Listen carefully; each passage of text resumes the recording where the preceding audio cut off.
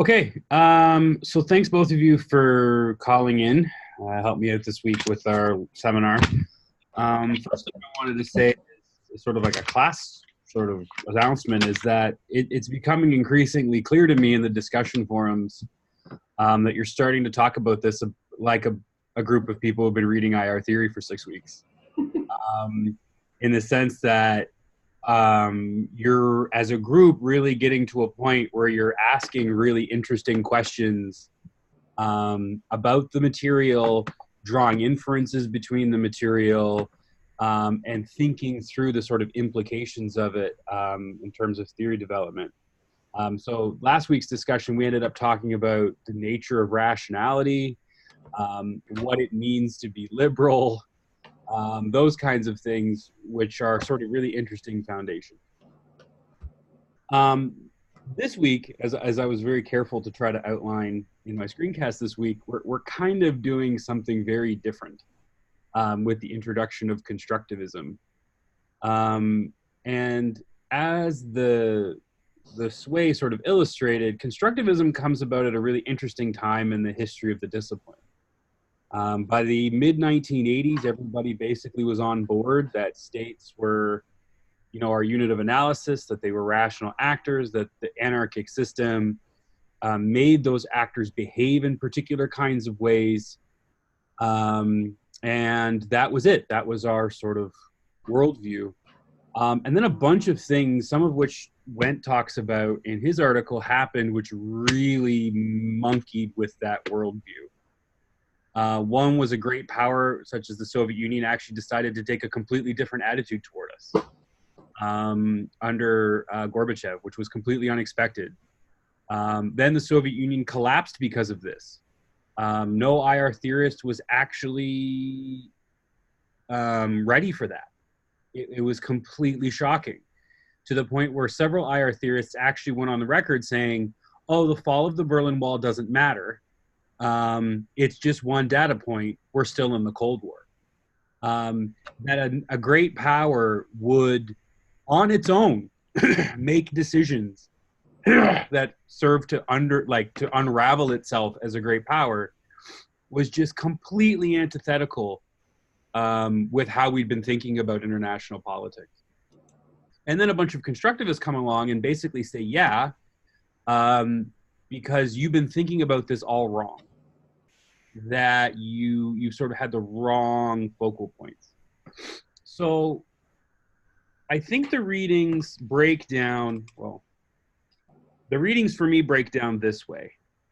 And this is how I've assigned them. And I think this is how maybe we'll work through them and we'll get as far as we can.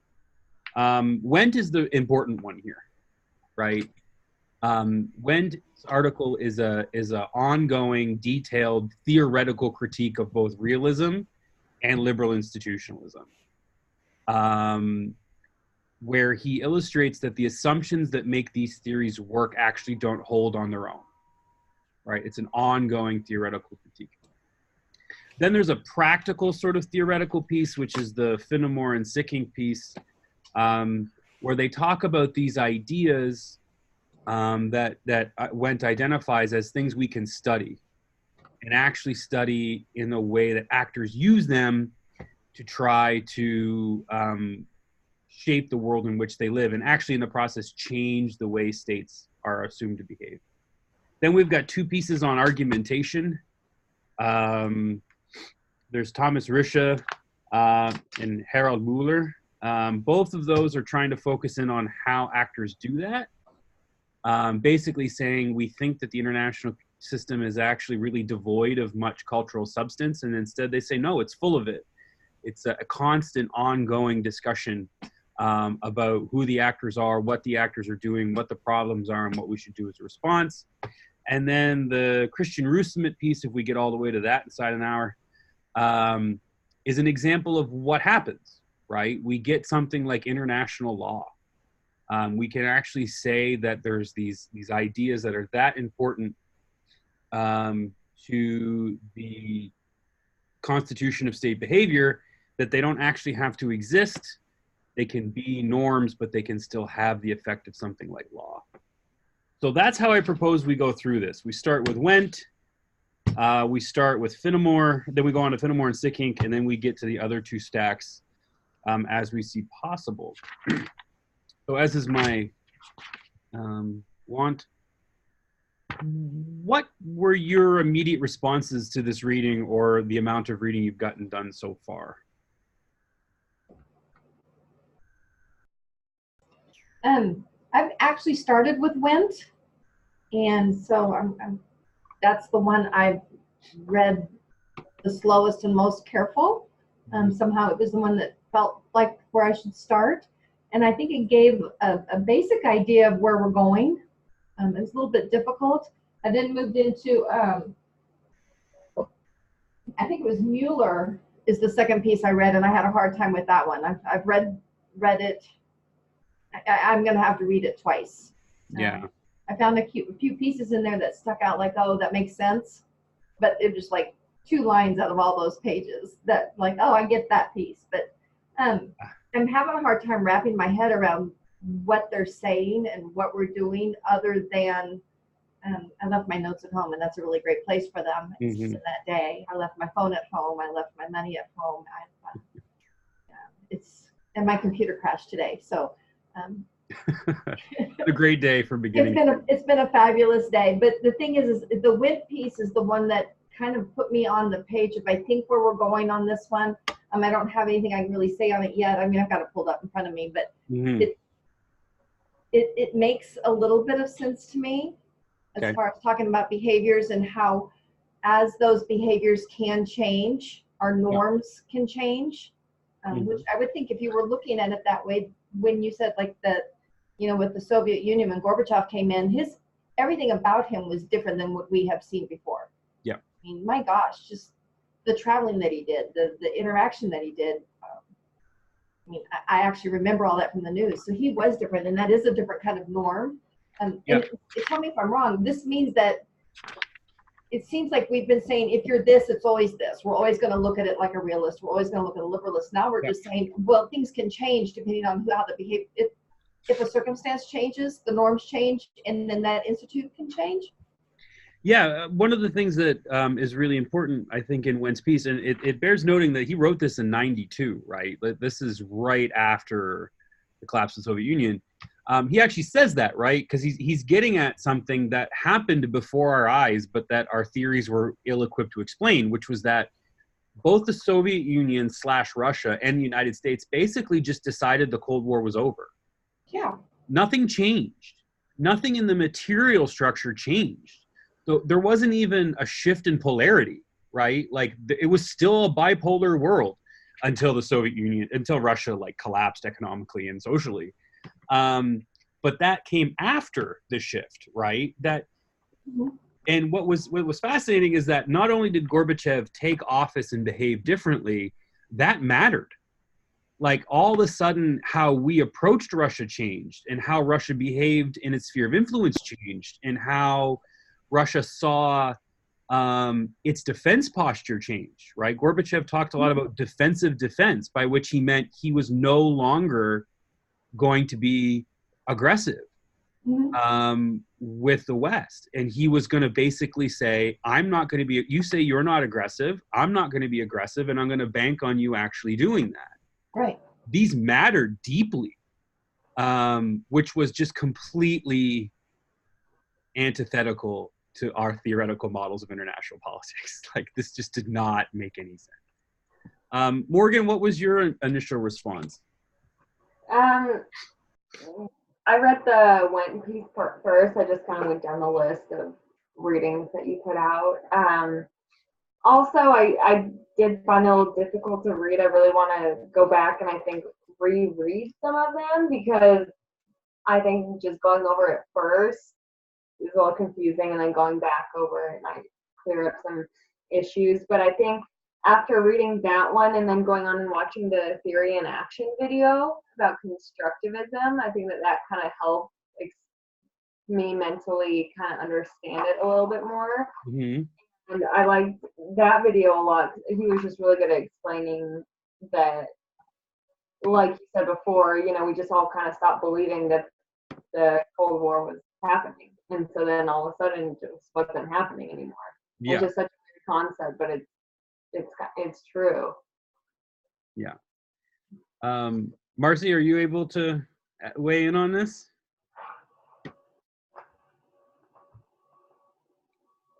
Yes, I had to unmute. Can you guys hear me?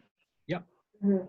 Okay, because I have to talk softly. My class is doing an exercise and I don't want to interrupt them. Makes sense. I haven't read all of the things. I've been busy printing them out and getting ready for the rest of the stuff in my life. The recording by the professor from Ohio State made so much sense to me. My take on it, and I still need to do the readings, is that this is why I suggest the idea that liberalism is alive and well, and it's also dead. Russia had what appears to be sort of a change from within, and it reminds me of the Berlin Wall, but that was a different type of scenario. And I think what we have going on here is a world that began transforming, certainly at the point when Russia broke up, and still is in spots, not completely,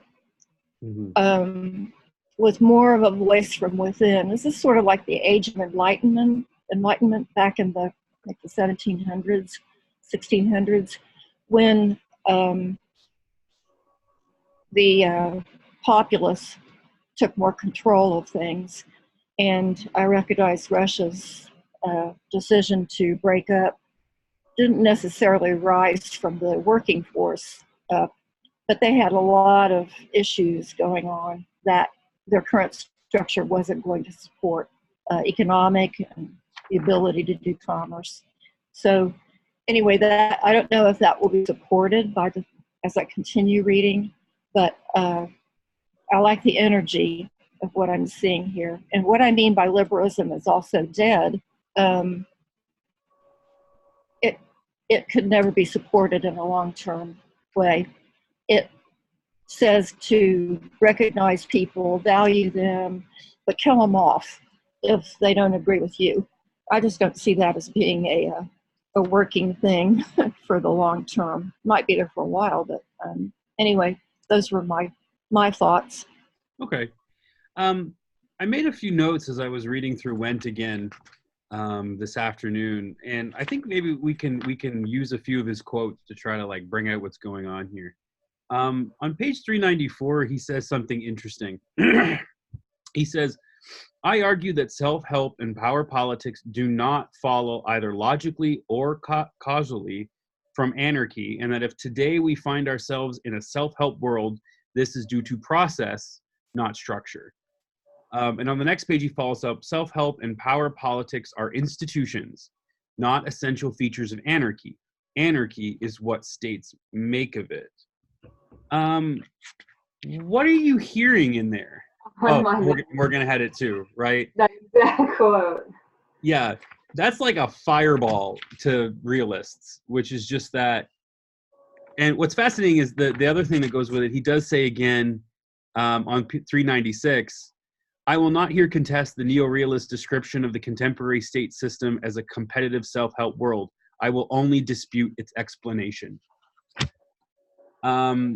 So, I mean, he's being pretty radical, actually, for 1992 international relations. What are we seeing here? Like, what is the critique? How would you explain that critique to someone, maybe?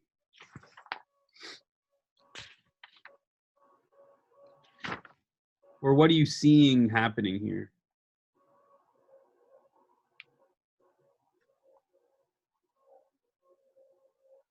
Can you read those key points again so I can follow Sure. to the point of your question?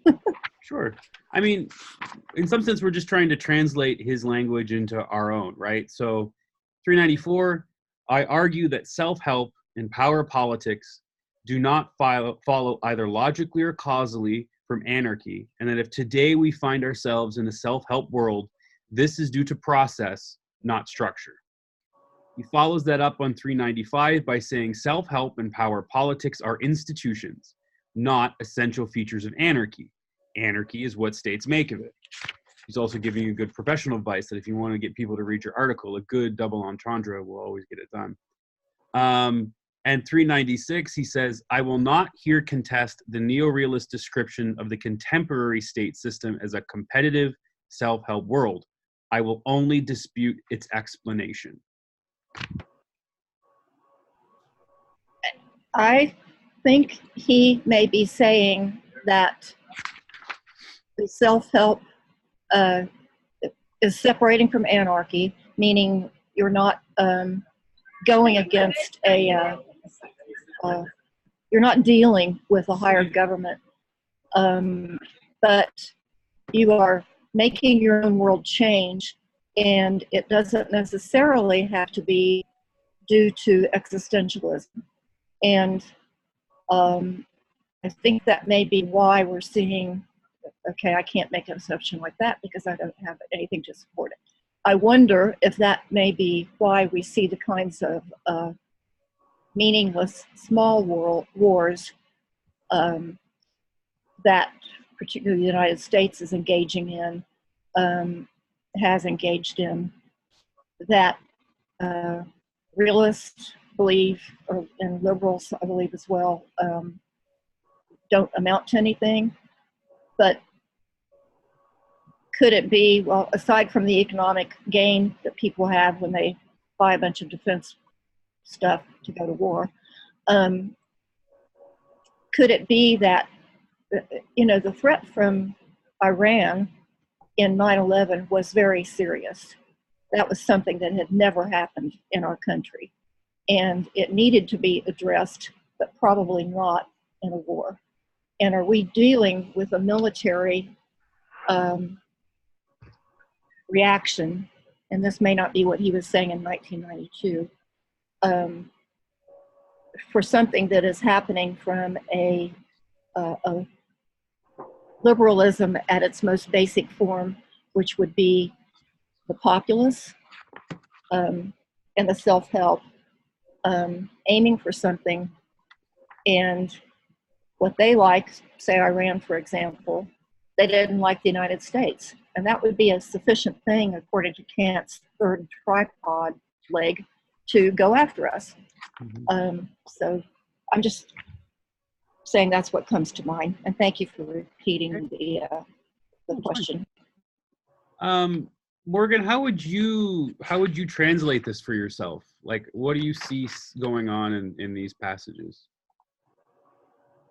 The last one that you read, it kind of sounded like he agrees with it, but just not their explanation of it.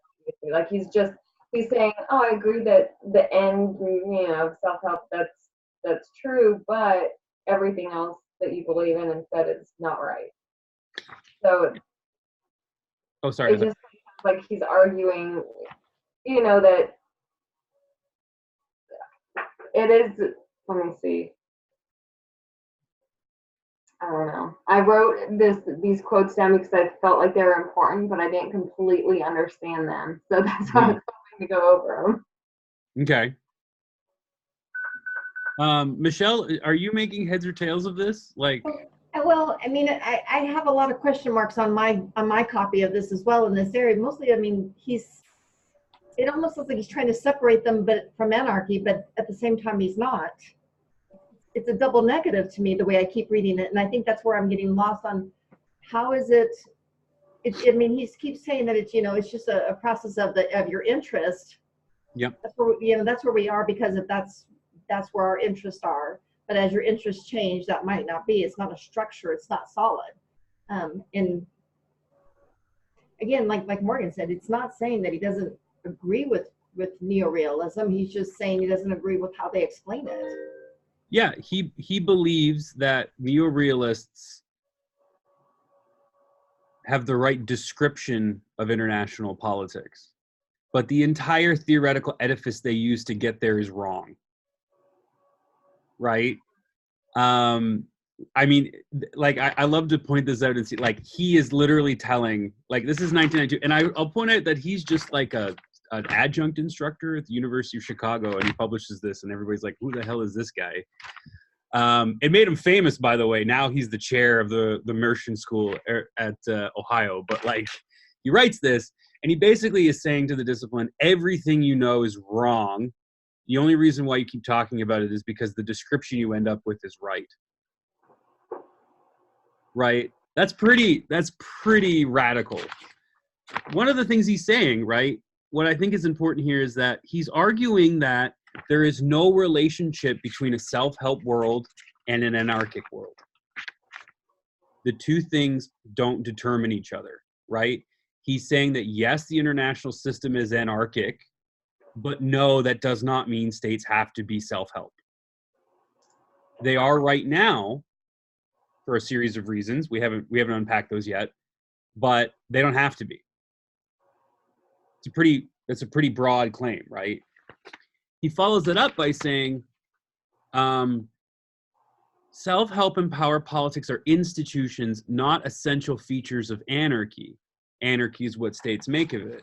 For those of you who haven't gotten as far as reading Finnemore and Sickink, it's important to note that he's dealing with social theory, right? So when he says institution, he means something very specific. He means institutions in the way sociologists mean institutions, right?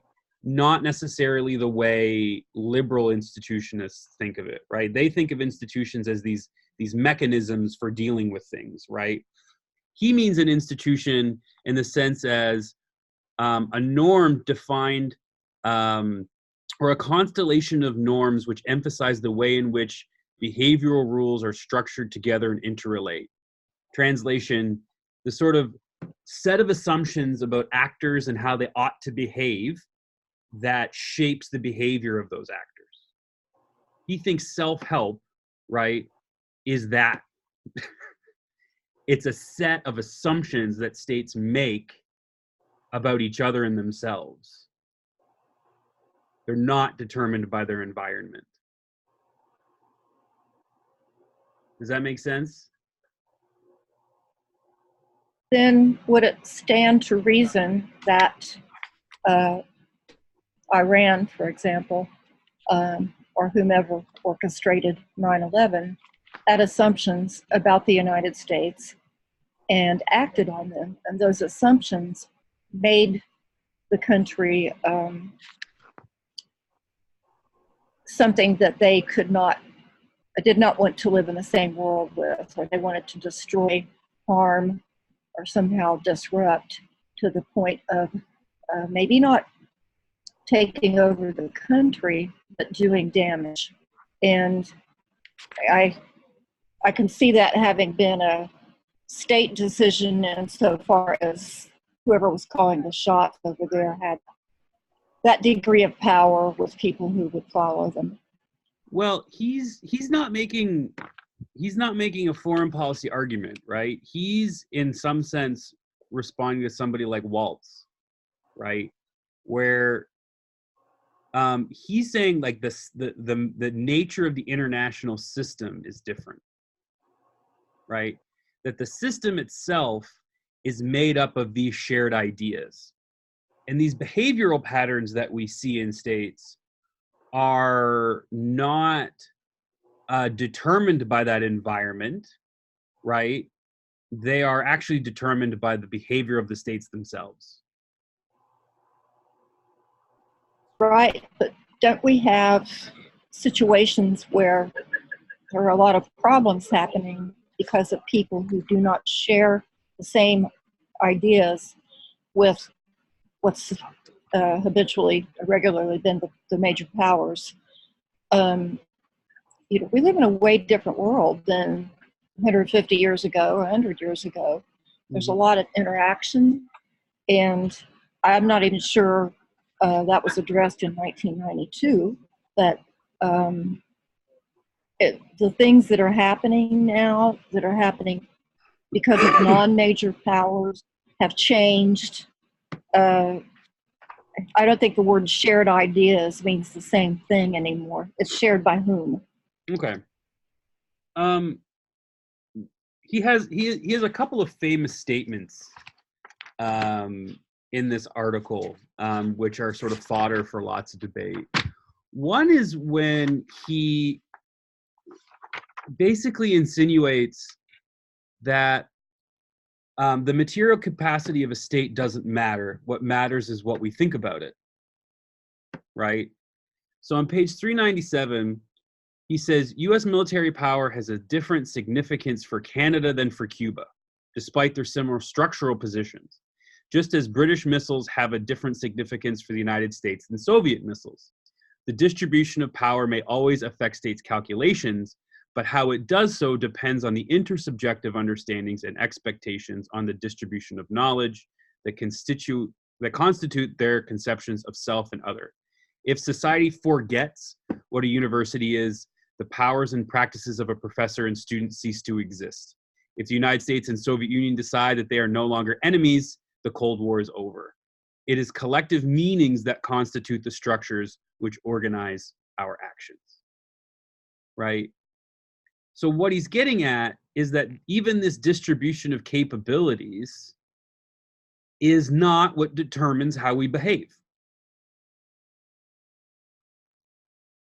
right? It's not. It is, which means that realists are wrong, right? Realists argue that because of the logic of anarchy, all we care about is the distribution of power. And he's saying, no, we obviously don't. We're more worried about Cuba than Canada. That's asinine. Cuba is this hollowed out sort of ideological shell hanging out in the Atlantic Ocean with no real capacity to do us any harm, but yet we see them as this threat. Yet Canada, has far more military power. And it's unthinkable to us that Canada would ever exercise it in any way.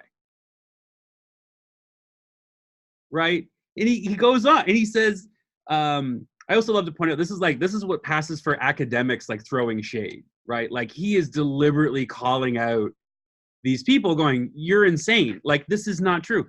He goes on, right? If the Soviet Union and the United States decide they are no longer enemies, the Cold War, that's what happened. We just decided, right? Like we just decided it's over now. Like Gorbachev said some things that we liked, so we just completely looked past the fact that they had the capacity to destroy us 9 times over or whatever the number is. And that we had just spent the last few decades in an existential struggle over like the future of humanity with them. Inside of a decade, we were like, oh no, you guys are fine. We're good. And the Cold War just sort of ended, right?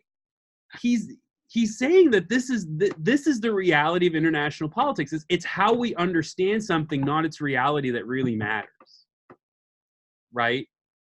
Now, he also has another famous thought experiment in here that people like to talk about, the alien thing. I don't know if you caught this or not, but on page 404, he basically explains, he said, okay, think about aliens show up, mothership lands, right? This is a situation of anarchy. There is no we can't call the intergalactic police, right? The Guardians of the Galaxy or whatever, to come help us and enforce justice, right? No idea. We also, this is an environment where we have no idea what their capabilities are, but they just showed up out of nowhere. So odds are materially we're at a disadvantage, right? This should be a time where the realist would tell you we attack them with anything and everything right off the bat as soon as they show up. Is that what we would actually do? No. Right? What would we do? We would probably wait to see what they did. Now, he's very clear, we may make an attributional error based on what they do, but we're going to wait because what he's getting at here is we have no sense of them, so we don't know how to act. Until we have some sense of them, we don't even have interests. We don't even know how to behave, right? And one of the things that he draws inference to is that I had the quote, I promise I did. On page 339, he's like, and if that structure of that event changes, we sort of don't know how to behave, right? He says this on page 399. This seems to be happening today, 1992, in the United States and the former Soviet Union. Without the Cold War's mutual attributions of threat and hostility to define their identities, these states seem unsure of what their interests should be. So can I ask a question? Sure. Because what it sounds to me like, it's all perception. I mean, it's my perception that Cuba is dangerous, and that's based on, well, it's because the Soviets sneak in the back door through Cuba, and they don't sneak in the back door through Canada. So it's my perception that that's possible, or something from history. I'm using that, what I know. I don't know what the alien's going to do. I mean, I did read that, but yeah. But a lot of it is, well, you've done this before, you'll do it again. So worst case scenario, I have to be ready for that, and I'm always going to be prepared for Cuba because you've done it before. Not Cuba, but that situation. I think he's actually saying something deeper than perception.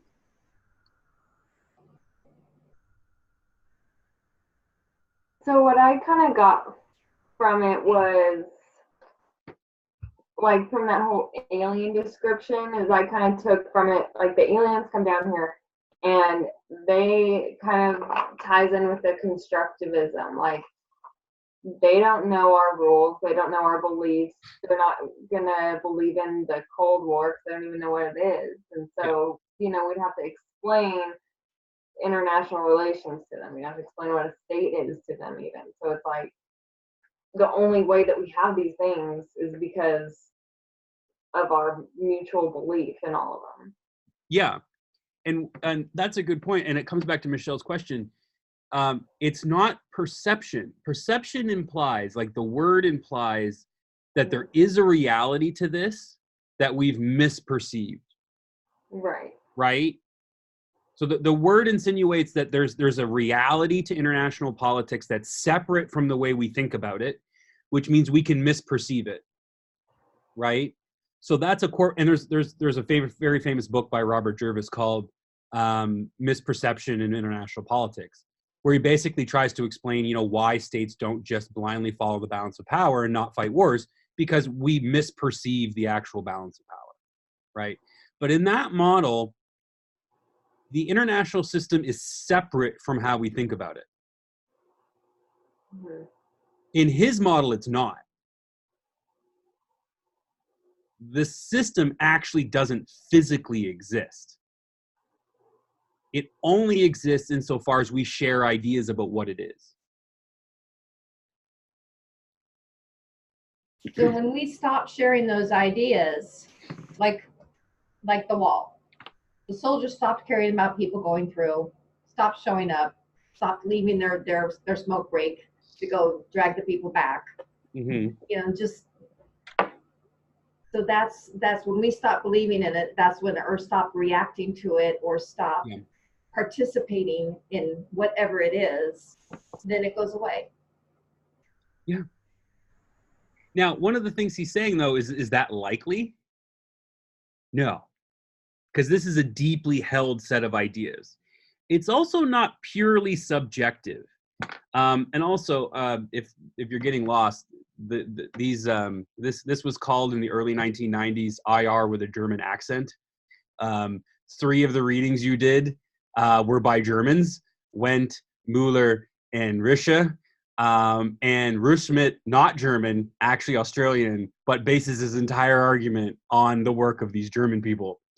And when they showed up, they started throwing around all the sociological theory, and people are like, this is too complicated. Oh my God, why do we need this? But one of the things he's saying is that you're right. That if we stop believing something, it stops being part of the international system. Right? So that's his point about the Soviet, like we literally did it. He's like, it's an extreme case, but it literally just happened. Like we just decided that this is not a thing anymore, and it stopped being a thing. Like in the sense that it stopped shaping the way these states behave. Now, he also has another sort of painful sociological point to make here that I think is important. Does this mean that the international system is purely subjective? No, it does not. It doesn't exist in just your head, right? That's what subjectivity means. So like your dreams, your flights of fancy, you know, your mood swing when you don't have enough coffee, that's a description of me, by the way. These are subjective, right? They only pertain to you. This is not subjective. It's also not objective in the hard scientific sense of the word as a physical thing that we can all agree exists because we can all see it and touch it and knock on it. It's something in the middle. So why that's important, Michelle, in relation to your point, is that that's why it actually can be so stable. So you're right that if we just gave up on the idea of sovereignty, it would cease to exist. There's nothing about it that physically exists, right? Are we likely to do that? Absolutely not, because the very way we think about ourselves and our world and how we should interact with it is steeped in this notion, right? Like it's not just going to evaporate one day. So it's really important. That's why he actually is kind of saying, you know, the self-help world, like he's not being like very revolutionary here in the sense that he's not saying, oh, by the time you read this article, we'll be able to overcome anarchy and self-help. No, because the states, they deeply identify with this, right? But what's fascinating is that because none of this stuff is physical, none of this stuff is determined, it can change and does, right? We can change these notions. Fascinatingly, one of the things he points to is that what sovereignty means has changed radically over the last few hundred years. Even the whole notion that we have that sovereignty is directly tied to a piece of territory, that wasn't true for most of the history of the international system. Sovereignty had nothing to do with territory. It had to do with the decision prerogatives of monarchs. And they didn't actually have direct control over their land. Actually, they didn't even own their land. The gentry did. So like what he's getting at is that these ideas are not intractable. They're not permanent. They're not permanent because they don't I can never say that word. They don't causally follow from anarchy. I can't say that word. I can never do it. They don't casually follow from it's the dyslexic in me coming out. They don't directly, so they're not intractable, but they are super duper sticky. Like they hang around and they're hard to move because they're deeply tied to how states think about themselves, their identity. So his statement when he's talking on 399 about, I've lost it, about their interest being, hang on a second. Our identities, I guess, not our identities and our interest. They're not, like you're saying, they're not a permanent structure, but they are such a part, they are such an integral part of the state. That's why they don't just, didn't end just overnight. I mean, may have felt like that to some, but it wasn't an immediate thing. So but if those interests, those structures, those pieces that are part of that state, those things that we just think that's who we are, they're not going to change overnight.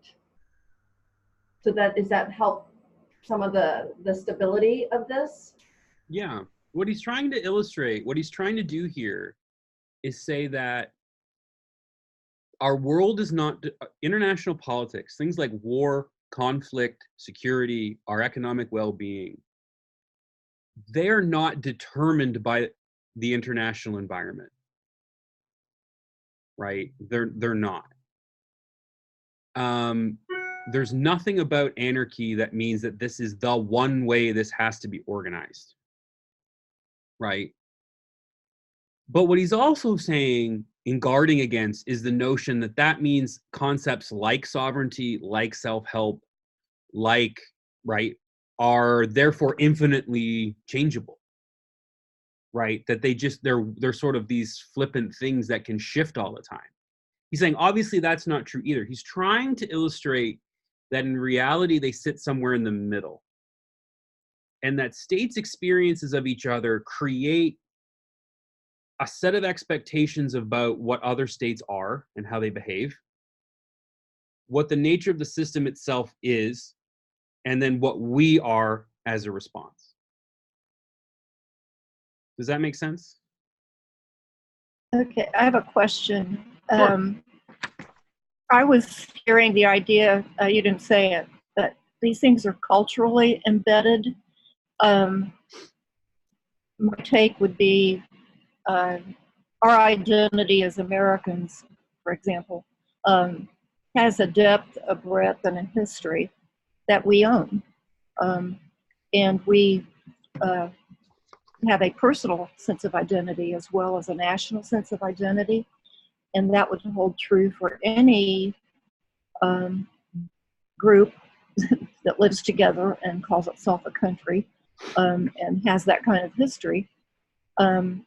But another thing that came to me is the realists, and believe me, I've never hugged that idea.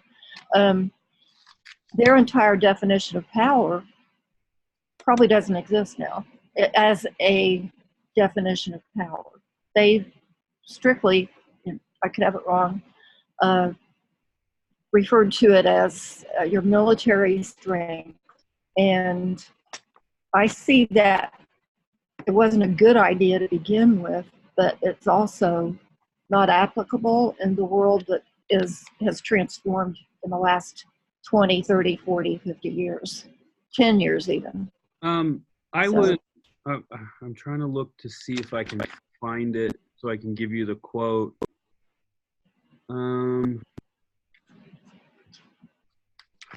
He says that realism is a self-fulfilling prophecy. And what he's arguing is that it's not that the realist notion of power has gone away, it's that the realist notion of power is still believed in. And that actually might be really ill-suited to the nature of the rest of our world, but yet states still believe in it and they will act that way, right? Until we find a way to dislodge this notion, right, they'll continue to act this way. Look at North Korea. That's exactly what's happening. I mean, they are so 40s and 50s in their behavior right now, or 30s even.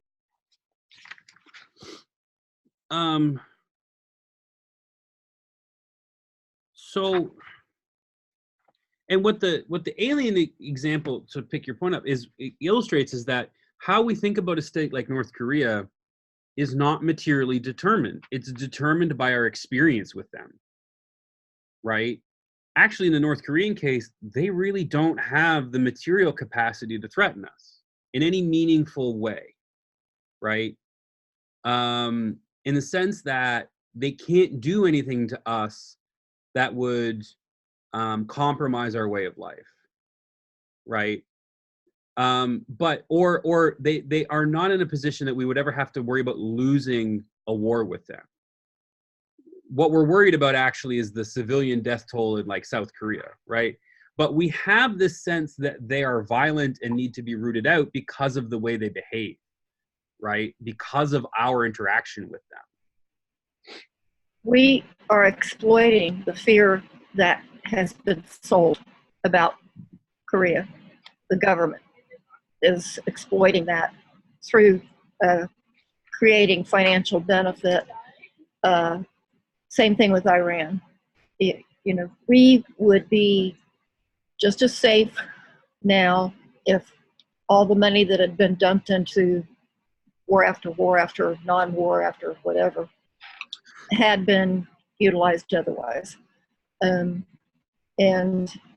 But the idea that we have to be afraid of North Korea is something that has to be sold by the United States to pull that off. I think so. And it used to be Russia, the 40s, 50s. Well, actually, the 40s they were sort of an ally, but the 50s and the 60s it was, oh my gosh, Russia. So they would have sold that idea for anything, but nothing like what we're seeing now economically. Yeah. Sazimir, how are you doing over there? I saw you logged in a little bit late, but you haven't said anything yet. Good. I'm just soaking everything in. I think everything's interesting, and I like hearing everybody's thoughts. Okay. So,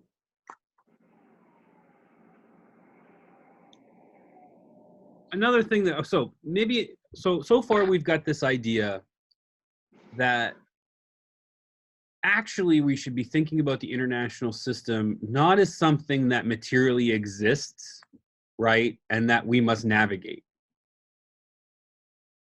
In some sense, that's what both neorealism and neoliberalism both do, right?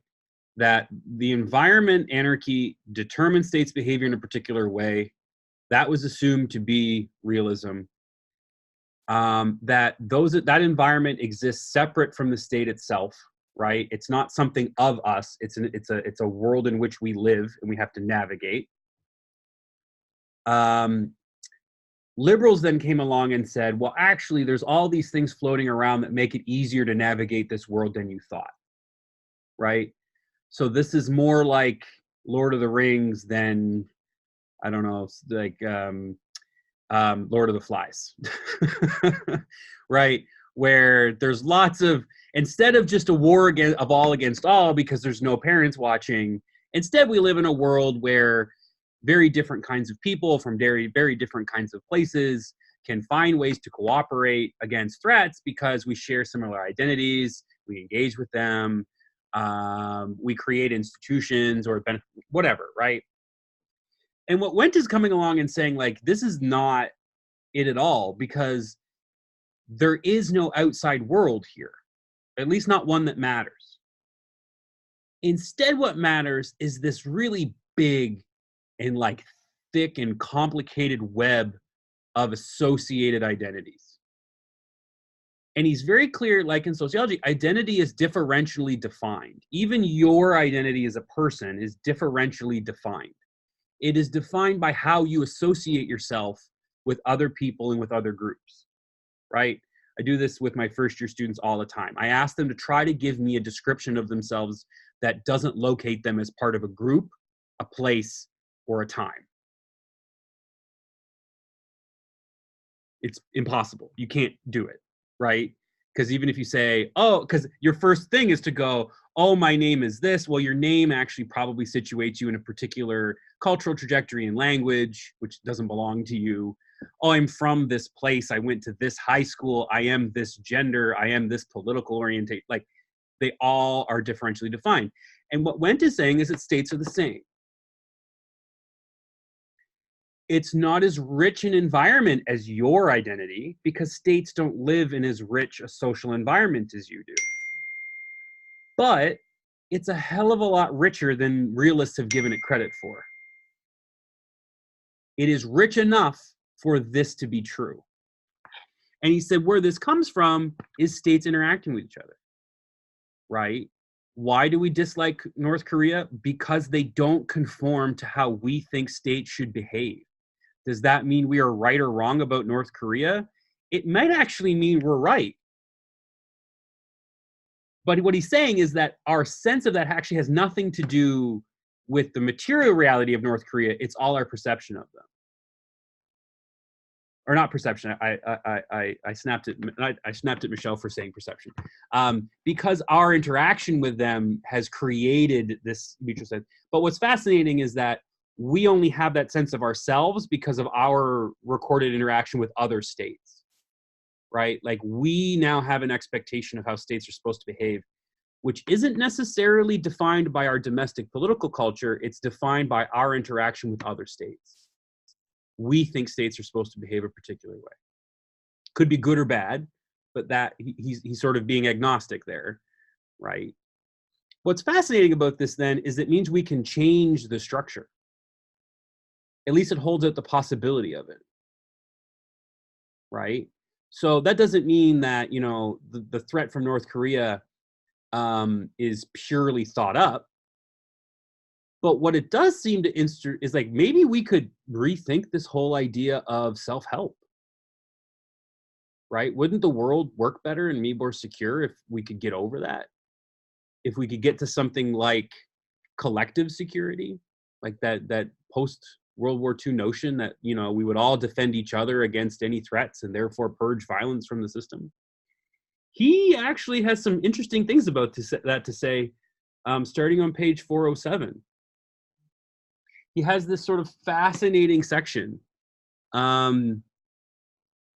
where he talks about how we got a self-help system, right? It's a theoretical critique, but he's saying that for realists, every state is a potential predator, right? And that's what makes us fear everybody and balance of power and so on and so forth. He's actually saying that's not necessarily true. Actually, all you need is one predator. You just need one. And then what really matters is what the rest of the system thinks about each other. So he says that, so this is section on page 407. It assumes that just one power-seeking actor, if the larger system doesn't have a sense of common identity, can create a self-help anarchic world. But if collective security identity is high, which is to say that states in the system already associate themselves in a very deep way, right, with collective security, the emergence of a predator may do much less damage. If the predator attacks any member of the collective, the latter will come to the victim's defense on the principle of all for one and one for all, even if the predator is not presently a threat or other members of the collective. If the predator is not strong enough to withstand the collective, it will be defeated and collective security will obtain. But if it is strong enough, the logic of the two-actor case, now predator and collective, will activate, balance of power, politics will reestablish itself. So what he's basically saying is that if we live in a world where we both have the capacity for collective defense and the sense that collective defense is possible, we can live in a world that is not defined by self-help.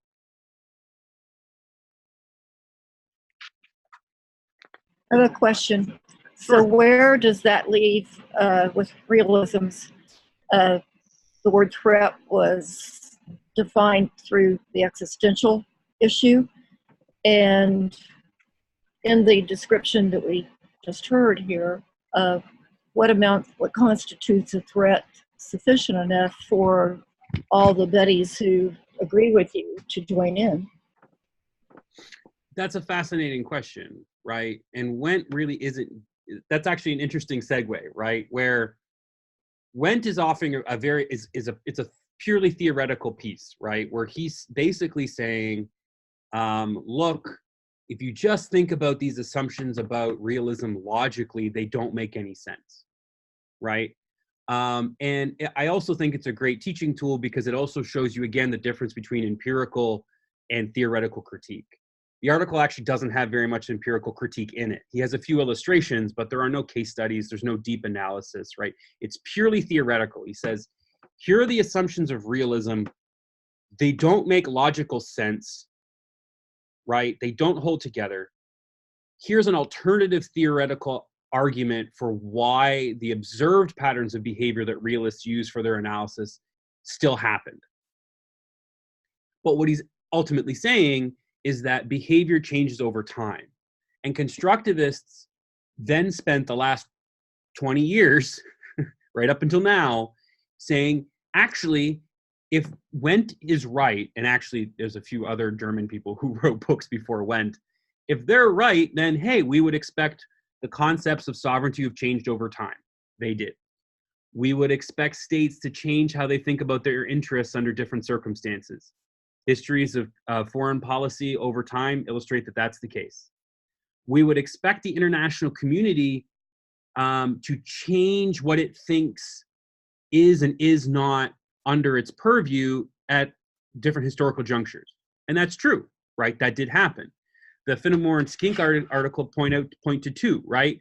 One is that states now have a pretty rich understanding of international law that they think exists, right? That wasn't true in the past. And also they are like political changes like women's suffrage, right? The expectation of who is a citizen, who gets to vote, and what voting does change over time, right? Now, what becomes interesting here, and like I want to be mindful of everybody's time, if there's interest in it, we can do this again later in the week, or I can maybe offer some other, because this is a difficult concept to wrap your head around. Finnemore and Skink then argue, here's how you do it. You go out and you change these norms. You can do it on purpose. They say people do it all the time. They call them norm entrepreneurs.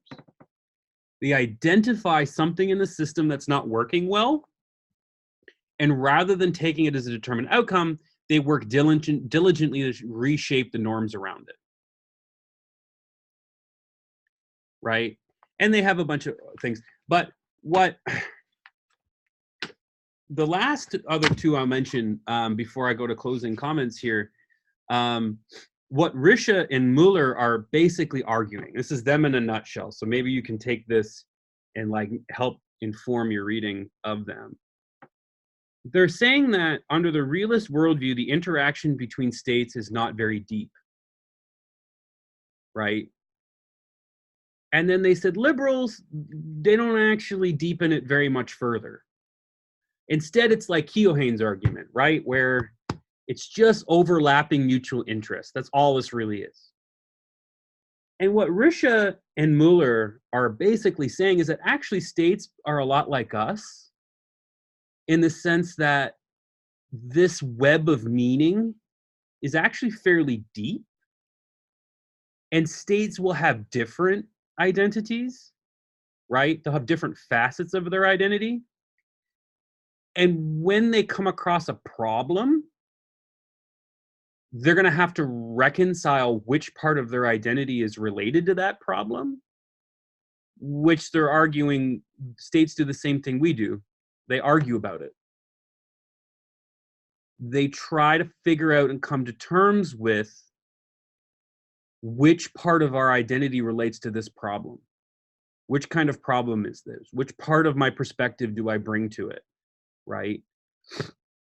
And what that means is you can intervene in that debate, right? You can make specific interventions into that debate and try to change the way states behave, right? One example is something like international law or the Landmine Treaty, right? So the Ottawa Convention from '97. War is not supposed to be something that states are willing to compromise on, right? But by reframing the issue and intervening into that argument, actors were able to get states to agree not to use something like landmines by saying this is not to do with war or security. This is about humanity and like the respect for human bodies. And it worked. All major powers signed on the convention except for the United States, and lots of normative scholars would point out the United States more or less still abides by it anyway. even though we're not signatory to it, we still feel compelled somehow to follow it everywhere but in the Korean Peninsula. Which they would illustrate that's an example of that, right? Where the interaction between states was subtly changed to get a different outcome. So are we any further down the road with constructivism than we were an hour ago? Morgan's nodding. Yeah, I feel like it's cleared up a little bit. It's not as foggy. Yeah. Well, still a little, but it's better. Yeah. Michelle? Yeah, I agree. It's not crystal clear. No. Still need to read over a few things. Not sure how the argument, the two argument papers fit into this. And I mean, again, Wendt was the easiest for me to read. And the other ones I've been struggling getting into. Gone over a couple others, but I think it's a little better. I have a better feeling about just going over the Wendt piece gives me a good introduction to this. Yeah, one of the ways to think about this is that the readings are in some sense patterned on how we engaged with realism, right? Wendt called his book The Social Theory of International Politics as like a stab at Waldt's, right? Where he said that, because Waldt's book is the theory of international politics. Wendt's is the social theory of international politics. The readings follow the same kind of pattern. Wendt is the big, like the big meta theoretical piece, right? Where we talk like that's Waldt's. Like, what is the international system, right? Like, how do we define it so that we can study it? And then, in some sense, Finnemore and Sekink, Mueller and Risha are all basically doing like one step down. So they're saying, okay, that's the world we live in. How do we get states to act particular ways, right? Now, what's interesting about that is that because Wendt opens this door that says, actually, states aren't determined by their environment to the point where they can't change that environment, they're all really interested in how do I get states to change, right? How do we account for why states' behavior shifts, right? Or how can we get it to shift? How can we get states to think in different kinds of ways? So those are those three pieces. And then in some sense, Christian Russment is kind of like your Mearsheimer-Walt debate, where he's arguing this is actually an example of states changing their behavior because of their environment. So like Walt is right. Then there was this process where we created something called international law, right? And rather than that just being, pie in the sky, no one cares, not enforceable, actually it does act on these states in very clear ways. Like it does shape their behavior. So in that, if you sort of think about them in those terms, it might help you move through them, right? To sort of realize that they're sort of talking at different levels of abstraction about the same thing. Marcy, do you have anything to add before we go? This has been really helpful, and what I'm seeing my head doing is what I did with realism, and I probably need to focus on the 1992 advent and progress with that approach to looking at things, rather than trying to superimpose it on what we have today, because my head wants to mention the things that they're talking about are different now, because we have a world now where we're either engaged in or approaching issues that are really fundamental parts of people, such as how they treat women, how they, there's still countries where they are covered, and they believe that firmly. That's religion. A few years ago, even 1992, we didn't engage our minds that much with, is that right or wrong? And so I will need to find a balance between discussing and writing about what these readings are compared to what I keep seeing that they Mhm. don't seem to apply to yet. That was a long answer, but thank you. Yeah. Sazmir, how about you? Do you have anything to add before we sort of sign off?